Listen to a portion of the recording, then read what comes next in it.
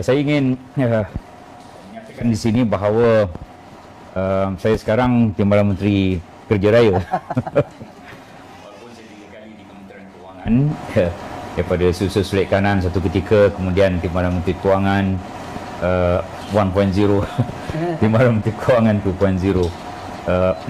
Apa yang saya perkatakan di sini pada hari ini bukan sebagai Timbalan Menteri Kewangan, tapi sebagai Ahli Majlis Kerja Tertinggi UMNO dan Ahli Parlimen Pontian, dan saya ingin menyatakan bahawa ada 900,000 orang pesara kerajaan pada saat ketika ini dengan bebanan bayaran 35 bilion ringgit setahun.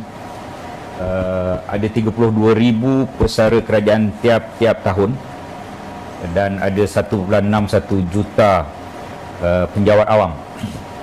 Jadi perkara ini adalah perkara yang tidak popular.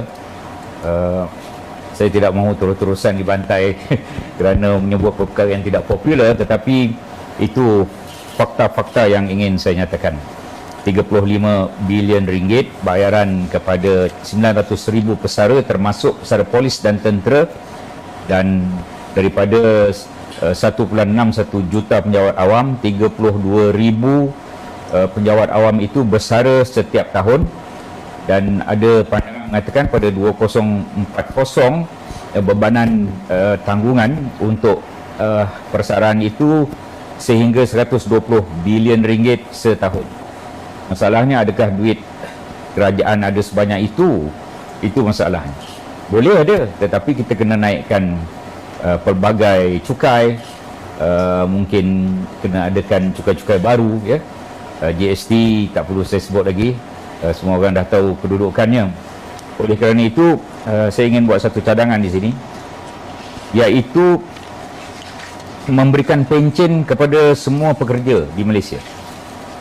Ini cadangan yang agak pelik tetapi boleh dilakukan. Kepada mereka yang memiliki KWSP, 15.5 juta rakyat ada KWSP, 8 juta adalah yang aktif, dan daripada 8 juta itu kita boleh aturkan pencen untuk mereka dengan membuat pilihan. Apabila mereka berumur 55 tahun atau 60 tahun, hanya mengeluarkan sebahagian daripada KWSP, kita ambil 1/4, dan 3/4 lagi dibahagikan tiap-tiap bulan sehinggalah meninggal dunia. Yang kita boleh katakan itu pencen untuk semua rakyat, tak kira dia penjawat awam yang ada KWSP, penjawat awam baru, penjawat awam lama memang terus berpencen, ataupun hanya pekerja di bangunan Menara Dato' On ini dan juga pekerja swasta yang lain yang berjumlah 8 juta orang itu, mereka boleh diskim pencenkan oleh KWSP. 3/4 lagi yang dibahagikan tiap-tiap bulan itu masih lagi boleh menerima dividen KWSP yang sehingga 5 ke 6% setahun. Tapi kalau mereka keluarkan semua sekali 100%, selepas itu mereka tidak akan dapat dividen itu. Jadi ini cadangan yang sebenarnya bukan cadangan saya, tapi cadangan KWSP yang belum diumum, belum dilancar, walaupun dah ada beberapa pihak yang melakukan perkara ini. Boleh dibuat di KWSP, tetapi belum lagi menjadi satu dasar kerajaan, dan saya ingin mencadang supaya ia menjadi satu dasar kerajaan, rakyat boleh dapat pencen. Jadi isu pencen ni tak perlu nak timbulkan sebab rakyat semua boleh dapat pencen. Syaratnya tidak keluarkan semua KWSP itu dan dibahagikan, dan terus akan dapat dividen. Untuk satu lagi yang saya ingin kongsikan di sini ialah memang perkara ini tidak popular lah apabila kita nak memansuhkan pencen, lepas tu pencen terbitan yang melibatkan isteri, ya, kemudian jika isteri itu meninggal, anak sehingga umur 21, itu amat tidak popular kalau nak dimansuhkan. Tetapi saya sebut tadi, kalau kerajaan berjaya meminda perlembagaan, saya difahamkan kita kena pinda perlembagaan. Datuk Seri Menteri yang jaga undang-undang untuk memansuhkan pencen ini. Lulus atau tidak itu satu perkara lah yang berbeza. Dia tentu akan didebatkan di Dewan Rakyat mengenai pemansuhan pencen. Tetapi kalau kita melihat dari satu sudut positif, ialah dari segi penjawat-penjawat awam baru, kita boleh berikan gaji yang lebih tinggi daripada sekarang.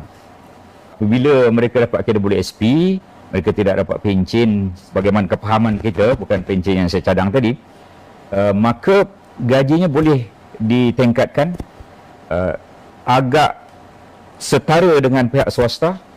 Maka pada saat dan ketika hidup mereka tahun demi tahun, waktu muda 30-an, 40-an, 50-an itu, mereka memiliki tunai yang lebih dalam tangan dibanding dengan penjawat awam sekarang yang ada pencen. Dia akan memperolehi selepas itu, selepas 60 tahun. Namun pada tiap-tiap bulan dia sentiasa tak cukup duit, Datuk. Ya, jadi lebih baik kita ada duit yang cukup pada saat dan ketika ini dengan sistem KWSP. Maka apabila kita berumur 60, kita tak tahu, mungkin 61 meninggal, mungkin 99. Ada orang 99 masih bergerak lagi dan masih aktif 99.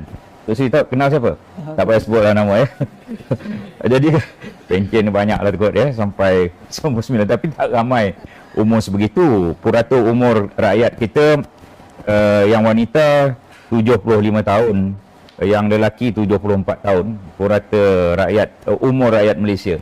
Jadi kita boleh kira lah daripada umur 60 sampai 74, 75 itu berapa banyak wang setiap bulan yang kita perlukan. Namun poin utama yang saya ingin kongsikan di sini bahawa jika sistem pencen ini tiada, tentulah dia mesti melalui proses undang-undang pindahan perlembagaan, dan seterusnya ialah penjawat awam baru boleh menikmati gaji yang lebih tinggi daripada apa yang ada sekarang.